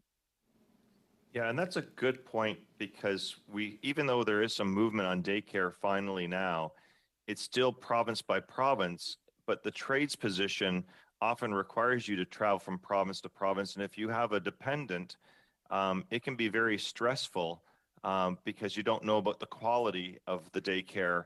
And also, sometimes you may want to leave, the dependent behind. Or if you had a better system in place, bring the dependent with you, especially for short periods of time, if you knew there was consistency in care. Yeah, and I think we're talking about children. I'm just going to Yes, complete on this and let go the other person after. But we think of children, but also a lot of women take care of aging parents and aging spouses. And I think we're not doing so much on that in Canada. And companies, we did a survey on that, are more and more conscious of the responsibility towards children, but not so much towards other dependents. So that's important also in your case, I think. Thank you very much. We'll move to Mr. Williams for 5 minutes. Thank you very much, Mr. Chair. And through you, we're going to start with Mr. Suppa. When we talk about shortages in your industry right now, how many jobs do you need to fill the industry, and what is the current dollar amount of that worker shortage in your industry? Thank you. So are we talking skilled labor here for a second? Yes, that's right. I'll start because I represent more of the manufacturers and distributors of the products that we're talking about. But Tanya can also weigh into that. I believe the wages, they're in the $25 per hour wage, Tanya, if I'm not mistaken, on the apprenticeship side. And the amount goes up in terms of the years of service as a journey person and then as an actual mechanical contractor. The sector is changing dramatically. I don't know the actual number. I think Tanya brought it up as part of our opening statement, as part of the workforce. So I'm not going to be. So maybe a little more specific than you talked about in your joint submission to the National Resource Committee that 1 in 5 workers will be retiring in the next 5 years. But is there a shortage right now that you know of in your industry? Yeah. So on the skilled trade side, I would defer to Tanya because she has a better grasp on that one. Sure. Okay. Let's go to Ms. Johnston if we can, please. Sure. So I mentioned in my statement that we are 1 in 5 that will retire in the next 5 years. And then they're also looking at 18% retirees by the year 2030, which estimates around 260,000 skilled tradespeople will be retiring by 2030, and there's already that skilled shortage. The first part of your question, if you could repeat that again? Oh, What's I the know what it dollar was. amount? No, I know Yeah. the dollar. Yep. That varies by province. So each province negotiates their own trade agreements, and so I know in Ontario they just recently ratified theirs, and I think it's closer to that $50 to $70 range, depending on your years of service and apprenticeship, journey person, what classification that you're in. So it does vary by province. Okay, so specifically, what do your industries need from the federal government in order to fill those skilled shortages right now? Sure. So what we need, there's a few things. I think one of them is to, first of all, address marketing around the skilled trade. Right now it has a kind of a negative impact. If you look at Europe, skilled trades are considered a high-class position. And then for some reason, when we translated it over to the North American market, it looks like it's a dirty job and not one that has a lot of potential, which is completely wrong. If you look at salaries of a skilled tradesperson versus, a new lawyer, even the value can be, or their salary is quite equal, minus the student loans and whatnot. So I think we just have to change that marketing aspect of the skilled trades and the potentials that it involves. There's a lot of technical aspects to the mechanical contracting trade as well. If you're not interested in getting your hands dirty, there's all kinds of new technologies and office work, project management work, estimating work that is quite attractive as well. So marketing would be one, I think. The second one is, of course, apprenticeship funding, bringing in more apprentices to the industry. And then third is to take a look at what it's going to take for us to reach the net zero net zero capacity that the government wants us to reach. Are we ready to reach that? And what we can do to upskill those potential employees. I think we need to understand exactly where we need to be, what we need to do to get there. And okay. Well, thank you very much. Sorry. And no problem, Ms. Tremblay. We have a million shortage jobs in Canada, so we're missing 1 million jobs, and we have to look at a lot of different reasons. From your perspective, what do we need to do to fill majority of those jobs in the next year and a year or 2 years? Well, I think some people have mentioned the various solutions.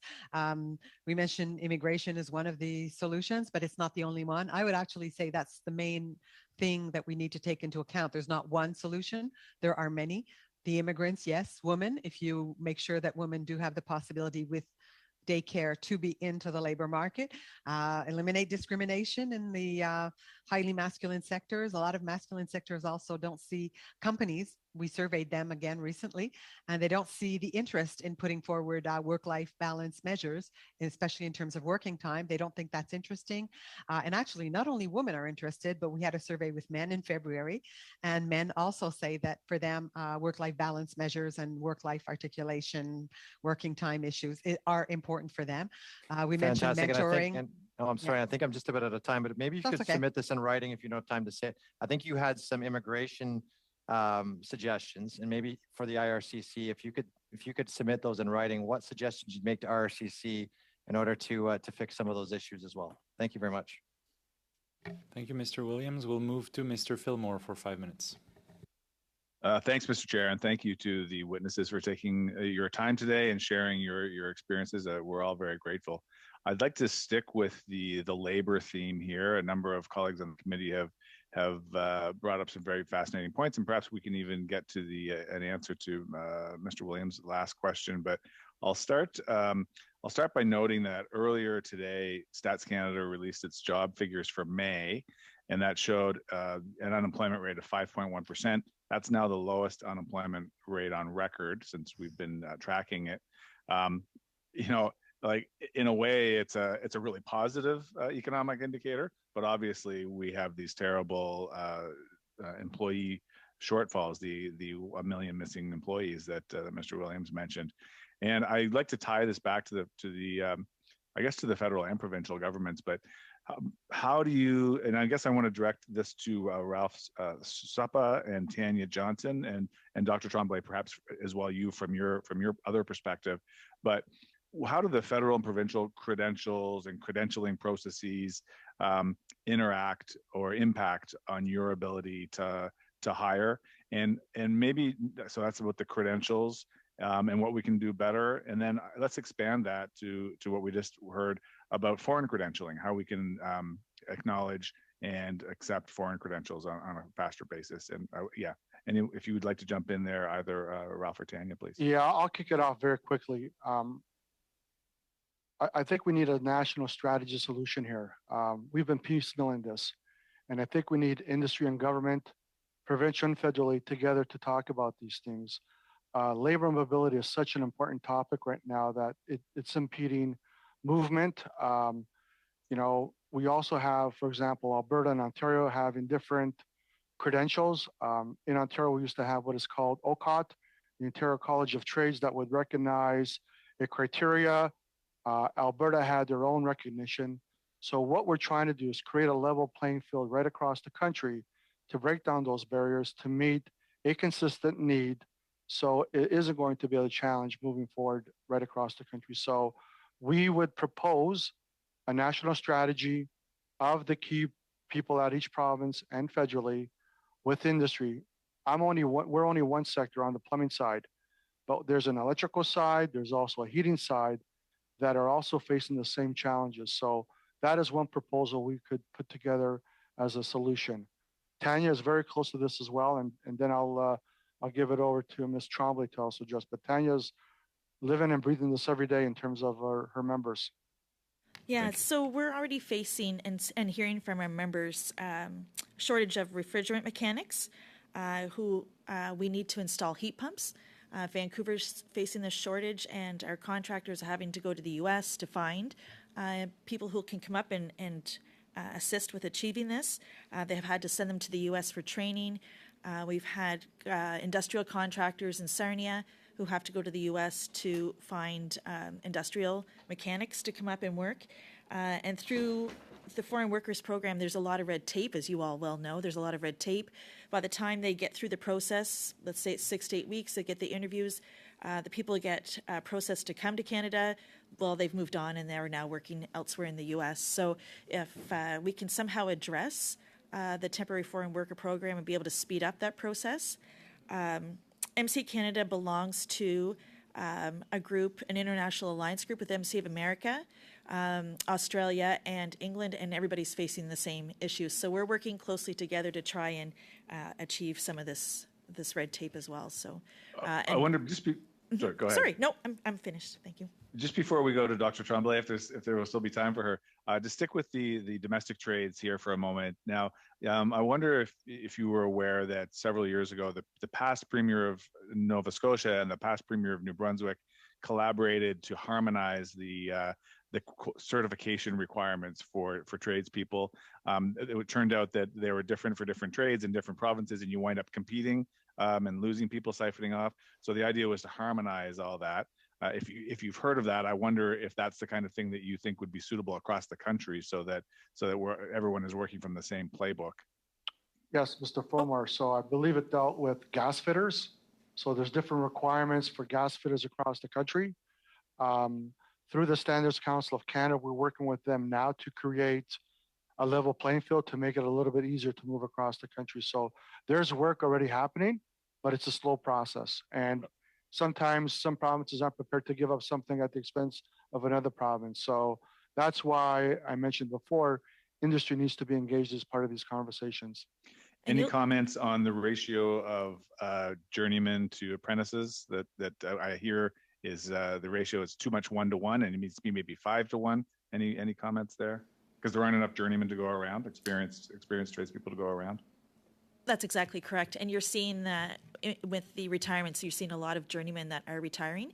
And for the contractors, there's that hesitancy to bring on apprentices because it takes them so long to get upskilled.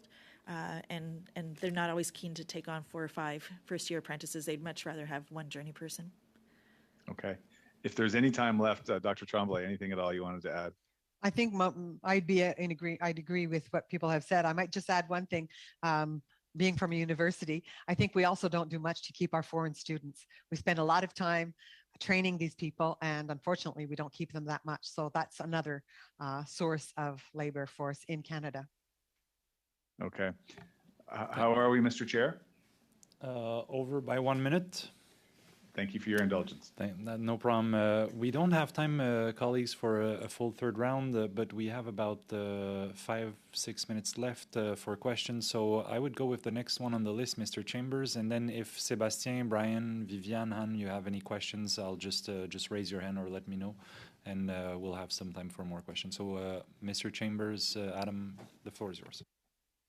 Thank you, Mr. Chair, and welcome to our witnesses. Thanks for a rich conversation this afternoon.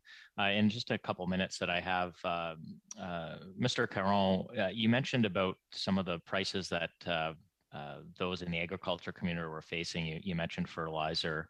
Have you heard from government about what they intend to do with the amounts collected from the fertilizer tariff as a way to perhaps alleviate some of the price pressures on the agriculture community?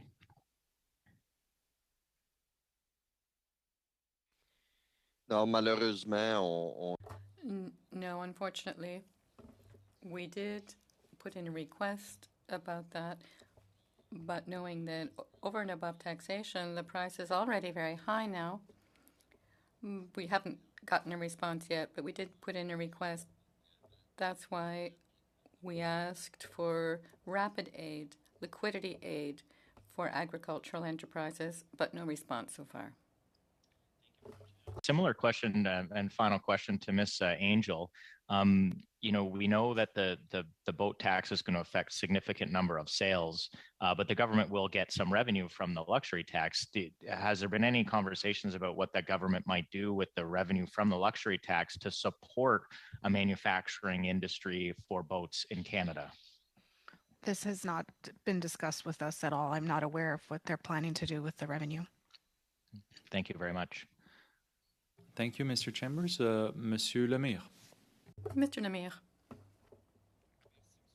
Thank you, Mr. Chair. My question will be for Mr. Caron. I was able to speak in the House this week regarding a number of the solutions you've put forward. And one of them was for $200,000 for the PPA. Could you tell us more about that? Perhaps I could let Mr. Tuka answer your question. Yes, for some sectors that could provide liquidity, the lower interest rate would be helpful. For many sectors, such as cereals, that additional amount is often lesser on the credit margins. It's reduced when you get to the credit margins of financial institutions, so it doesn't always lead to real liquidity. But lower interest, especially given the higher rates used today, that would give just a little more breathing space. Now, this is a very specific request, of course, in the maple syrup sector, having $200,000 interest-free as a ceiling. Thank you very much. Mr. Dong. Thank you very much, Chair. I'm just going to ask two quick questions. One to Mr. Sapa and Ms. Johnston. You talked about what we can do to lean on newcomers and also students, international students.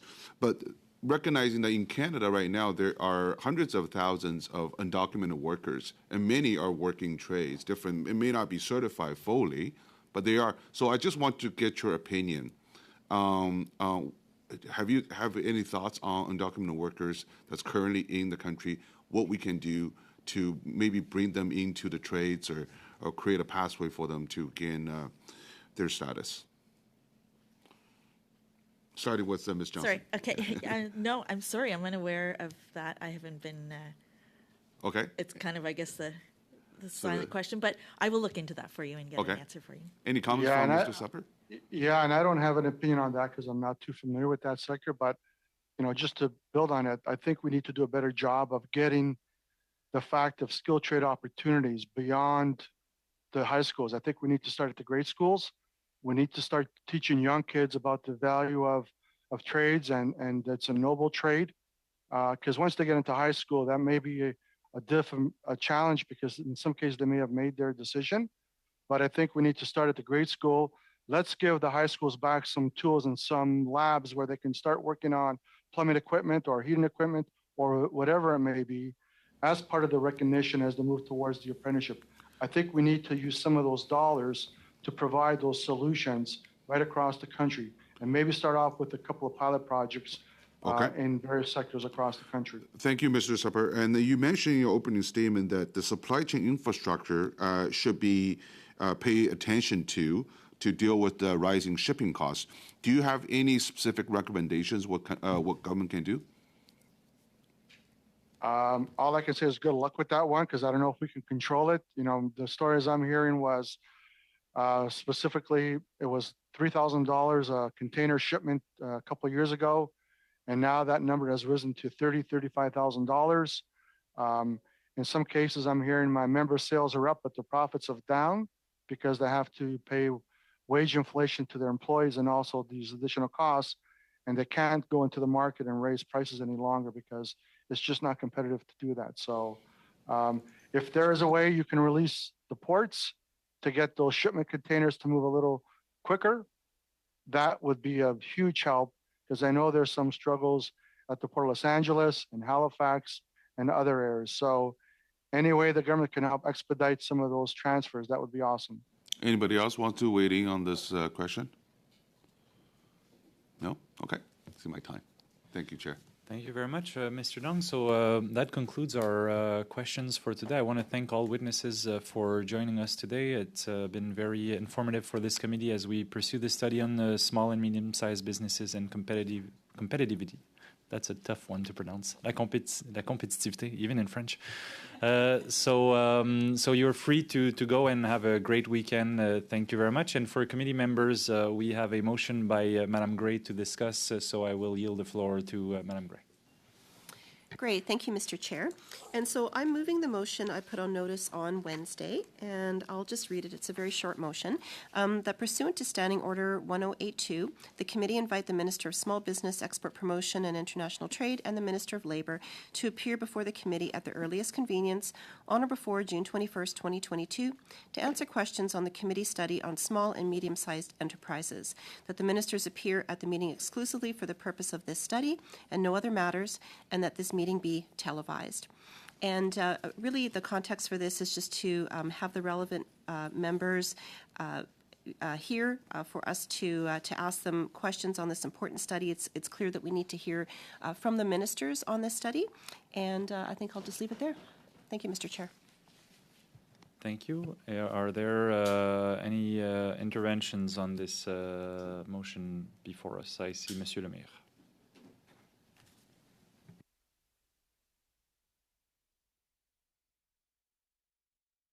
Merci, Monsieur le Président. Thank you, Mr. Chair.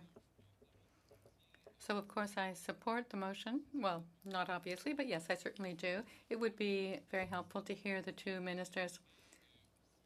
I would like to add, perhaps we might roll over to September, but there was a committee meeting that was removed from the schedule last week, so we weren't able to hear some witnesses. I'd certainly like to have at least one meeting with witnesses. I know there's some people on the list who are important to us.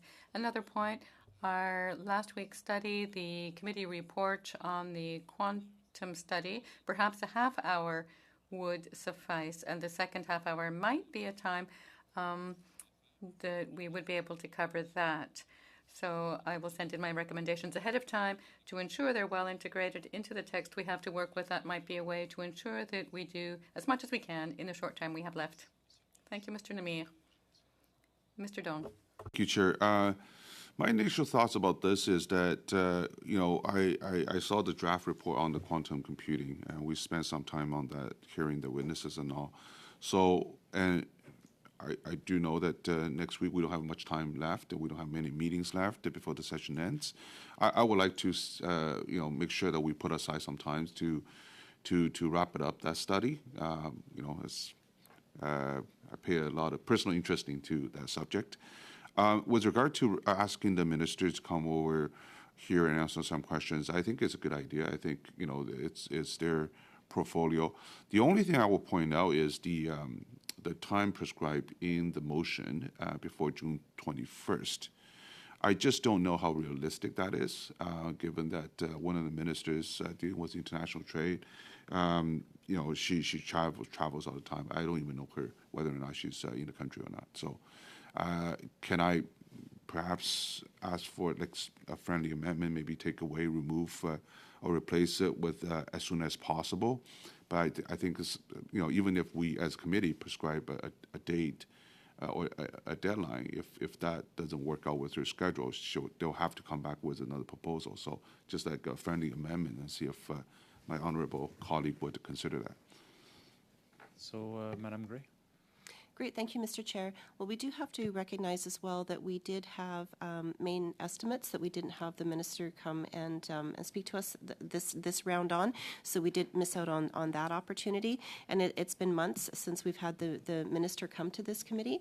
And really, it expands on lines of questions that we've had from all members here where, for example, the officials weren't able to answer really any questions. And so I think that there has been a desire, maybe loosely even talked about with the group, to have the minister come. So this just formalizes it so that we can have it happen before we rise to go to our constituencies for the summer. So surely the minister would be able to, to accommodate. And we did have a meeting that was canceled, which is unfortunate.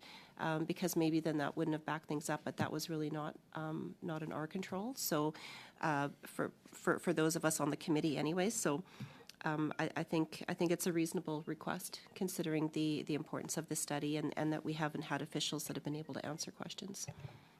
Okay, Brian and then Andy. Yeah, thank you, Mr. Chair. Real quick, I like this. This is actually really smart to do. Because this will also give us a little bit of a window as to what the minister's priorities are for the summer and then going into the fall. And then we're also going to start to get more legislation coming from private members' businesses and so forth later on. So it's only going to get even more challenging. So I think this is great. And I've sit on both international trade and this committee. And so there has been a lot of duplication as well, too, of stuff happening. So I really support this and think that we should try to wedge it in there. And it's also about the importance of these committees. We've had some meetings canceled because of the complications of the House and so forth. And this committee is very important. So I really like this idea because it's also, again, we get a glimpse of what the minister might have up for the fall. Thank you, Brian. Andy? Thanks, Chair.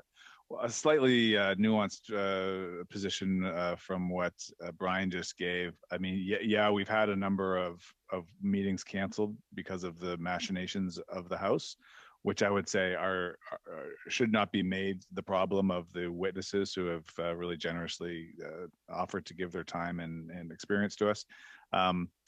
Nor should, I think, this motion cause witnesses who have already made arrangements in their lives to come and talk to us be further delayed or have their upcoming appearances preempted. I feel like our duty is to the witnesses. This study is to hear from witnesses. We have access to the minister in various ways. So I would just like to put, maybe open it for discussion that we hear from the folks that we already have bumped before we go bumping them some more. If I could see how people feel about that. Okay, so I see no more hands and no amendment on the table. So I guess we are going to vote on your motion, Mr. Clerk. Am I correct procedurally? And just as maybe as a note from my perspective,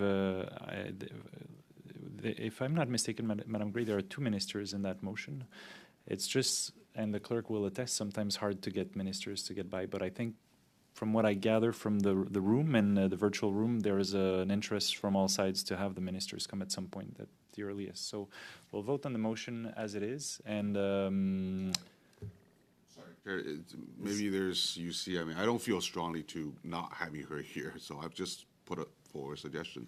So I don't think that maybe canvass the committee members and see if everyone agree with it. Then is there a need for a vote? Is there a no? Then the motion is adopted as is. Okay. Thank you very much. And that concludes our meeting. I wish you all a great weekend. Thank you to les interprètes, les analystes, interpreters, analysts, the clerk, all support staff, and have a good weekend, everyone. Adjournment. Merci à la technologie. Thank you to the technology.